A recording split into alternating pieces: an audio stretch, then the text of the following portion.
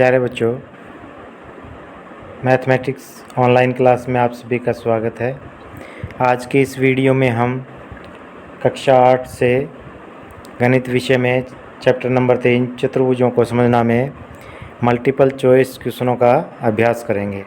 तो question number 1 है हमारा, एक चतुर्भुज में आसन कोणों के कितने युग्म होते हैं। तो क्या है, पहले हम एक चतुर्भुज बनाते हैं। तो ये चतुर्भुज है, नाम दे दिया इसका ए बी सी और डी। तो इसमें क्या है, ये ए कोण है और ये क्या है, बी कोण है। तो इन कोणों को क्या बोलते हैं, आसन कोण बोलते हैं। तो इसी प्रकार क्या है, बी और सी क्या है, आसन कोण है, और सी और डी क्या है, आसन कोण है, और डी और ए भी आसन कोण है। और ए और सी है, इसको क्या बोलेंगे, सम्मुख कोण बोलेंगे। बी और डी को सम्मुख कोण बोलेंगे। तो सम्मुख कोणों के 2 युग्म होते हैं, आसन कोणों के क्या है, 4 युग्म होते हैं। तो आसन कोणों के युग्म पूछा तो क्या आ जाएगा, 4 युग्म होते हैं। तो यानी कि 4 हमारा राइट आंसर आ जाएगा। 2 सम्मुख कोण होते हैं, कोणों के युग्म होते हैं, और 4 आसन कोणों के युग्म।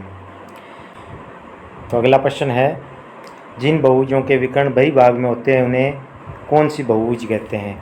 तो क्या है, कोई भी बहुभुज है उसमें अगर विकर्ण है वो बाहरी हिस्से में होते हैं तो उनको क्या है, अवतल बहुभुज कहते हैं। कौन सा बहुभुज कहते हैं, अवतल। जैसे क्या है, हम एक चतुर्भुज बनाते हैं।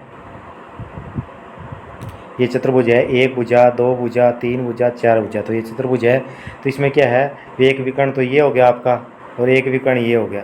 तो ये एक विकर्ण इसमें बाहर आ रहा है, इसलिए इसको कौन सा बहुभुज कहेंगे, इसको अवतल बहुभुज कहेंगे।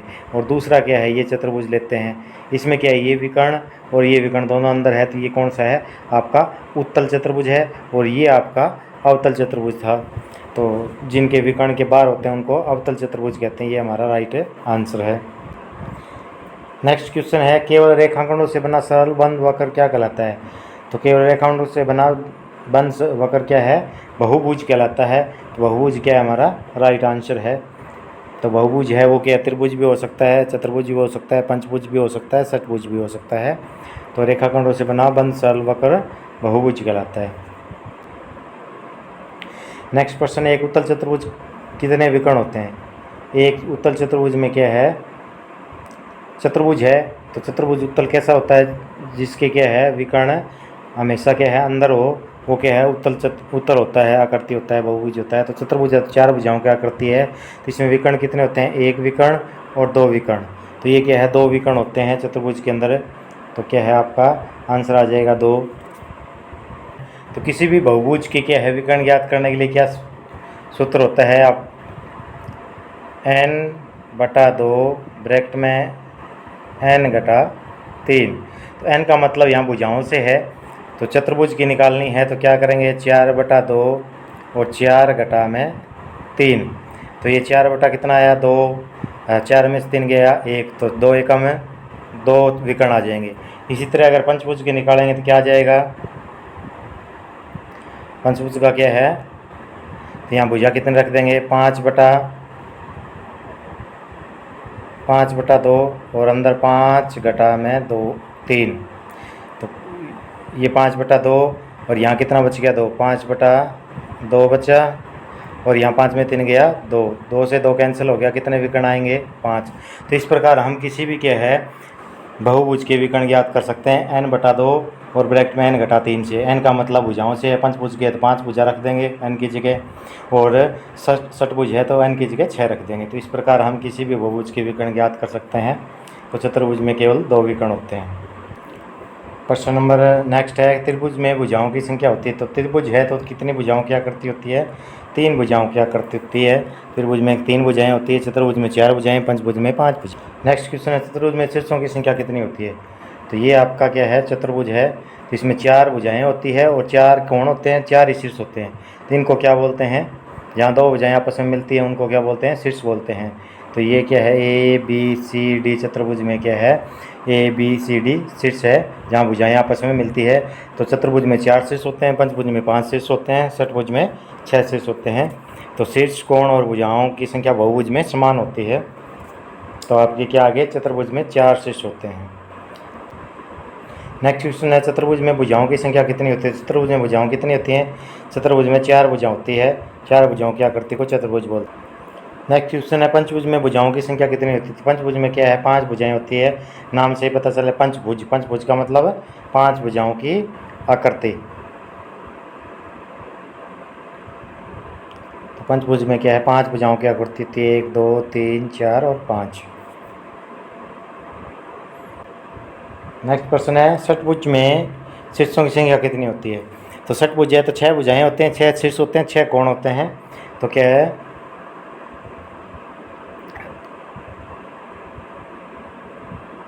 तो षटभुज में 1 2 3 4 5 6 भुजाएं, और शीर्ष भी कितने होंगे? जहाँ भुजाएं आपस में मिलती है तो कितने होते हैं?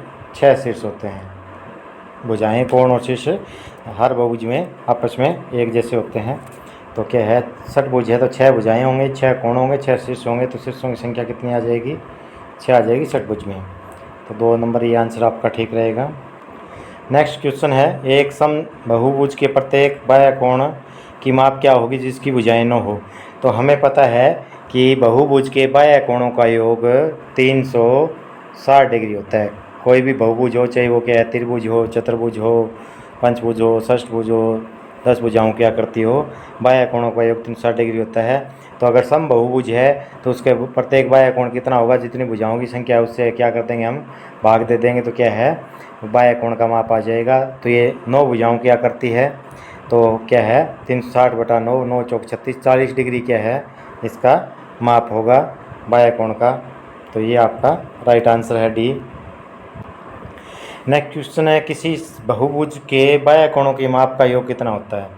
तो कोई भी बहुभुज है उसके बाह्य कोणों का माप का योग 360 डिग्री होता है। अंदर के कोण है त्रिभुज में अलग होते हैं, चतुर्भुज में अलग होते हैं, पंचभुज में अलग होते हैं, लेकिन बाह्य कोण है वो सब के क्या है? 360 डिग्री का योग होता है, चाहे वो त्रिभुज हो, चतुर्भुज हो या पंचभुज हो। तो बाह्य कोणों का योग 360 डिग्री होता है। एक समबाहुभुज की भुजाओं की संख्या कितनी होगी जिसकी प्रत्येक कोण अंतःकोण 150 डिग्री हो? तो अंतःकोण से तो क्या है, हम भुजाएं नहीं ज्ञात कर सकते, लेकिन क्या है, बाह्य कोण सबका क्या है, सारी बहुभुजों का 360 डिग्री होता है। तो क्या है, बाह्य कोण इसका हम ज्ञात कर लेते हैं। पहले बाह्य कोण कैसे आएगा कि अंतःकोण 150 डिग्री है तो अंतःकोण और बाह्य कोण का जोड़ कितना होता है? हमेशा 180 डिग्री होता है। तो अंतःकोण क्या है? 150 डिग्री है तो बाह्य कोण कितना आ जाएगा? 30 डिग्री का आ जाएगा। बाह्य कोण कितना आ गया? 30 डिग्री का। अब हम भुजाओं की संख्या बड़ी आराम से ज्ञात कर सकते हैं कि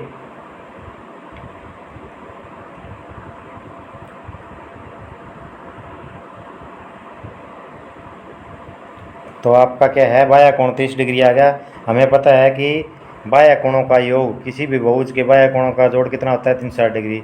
और एक बाह्य कोण कितना डिग्री का है? 30 डिग्री का है। तो इससे भाग देंगे तो क्या आ जाएगी? भुजाओं की संख्या आ जाएगी। भुजाओं की संख्या कितनी आई थी? 0 से 0 कैंसिल, 3 एकम 3, 3 दूनी 6, यानी कि 12 भुजाओं की आकृति होगी जिसमें प्रत्येक कोण क्या है? 30 डिग्री का बाह्य होगा। तो 12 भुजाओं की आकृति, नंबर सी आपका राइट आंसर होगा। नेक्स्ट क्वेश्चन है, किस चतुर्भुज में भुजाओं का एक युग्म समांतर होता है? तो क्या है, समलंब है उसमें एक भुजाओं का युग्म समांतर होता है। समांतर चतुर्भुज और समचतुर्भुज में है दोनों युग्म समांतर होते हैं। समलंब में क्या बोले? एक है युग्म समांतर होता है। तो नेक्स्ट क्वेश्चन, निम्न में किसके विकर्ण बराबर होते हैं? आयत, वर्ग और दोनों।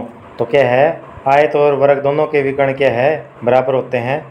ये हमारा आयत है जिसमें क्या है, आमने सामने भुजा बराबर होती है, समांतर होती है और प्रत्येक कोण 90 डिग्री का होता है। तो इसमें विकर्ण, ये विकर्ण और ये विकर्ण दोनों हमेशा बराबर होते हैं। इसी तरह वर्ग के अंदर भी क्या, जिसमें चारों भुजाएं बराबर होती है, चारों कोण 90 डिग्री होते हैं और दोनों विकर्ण बराबर होते हैं एक दूसरे के। तो क्या है, ये आपका 1 और 2 दोनों आंसर ठीक है, आयत और वर्ग दोनों।